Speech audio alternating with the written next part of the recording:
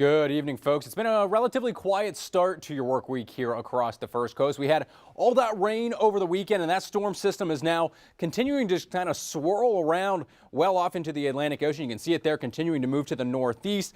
And we're going to have high pressure remain overhead of us here for the next several days. But as we look ahead to the end of the week, we have to kind of shift our eyes westward.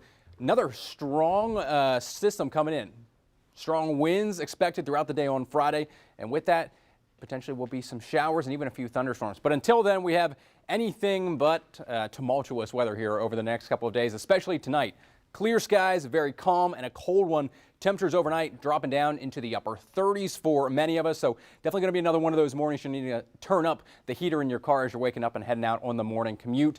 Temperatures by the afternoon, again, very similar to what we saw here earlier this afternoon. Low to mid 60s for many of us. Another picture perfect day, lots of sunshine out there for you for your Wednesday afternoon. And then the warm up finally comes around by Thursday, but it'll take a while. We're going to start the morning off again down into the mid to upper 30s, but by the afternoon, temperatures could warm anywhere from 30 to 35, even 40 degrees. So very large temperature range during the day, but definitely is going to be feeling like a spring-like warm up there to end your week. And again, that's all from the high pressure system overhead of us, and actually is just going to slide slightly to the southeast. That's going to allow much more southerly and southwesterly winds to warm us up there for both your Thursday and your Friday. Gusty winds on Friday could be anywhere from 20 to even 30 miles per hour out of the south and southwest. But then here comes the next cold front. Will likely bring some showers from northwest to southeast throughout your Friday morning. And then take a look at this here. As it moves a little bit further southward, you get into that peak heating of the day.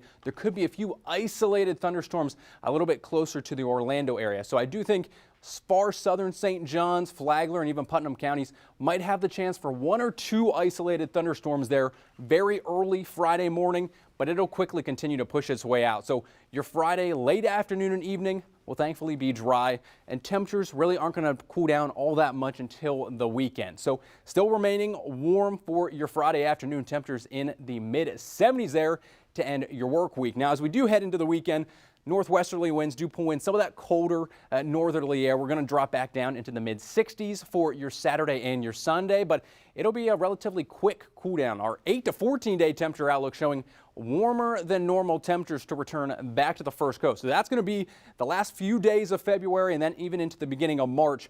Average temperatures should be in the low to mid 70s.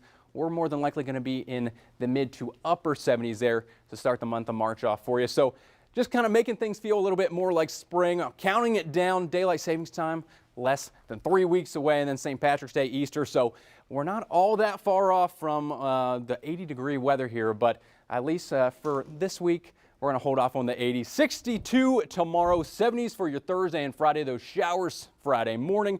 Cooler then back into the mid 60s for your weekend.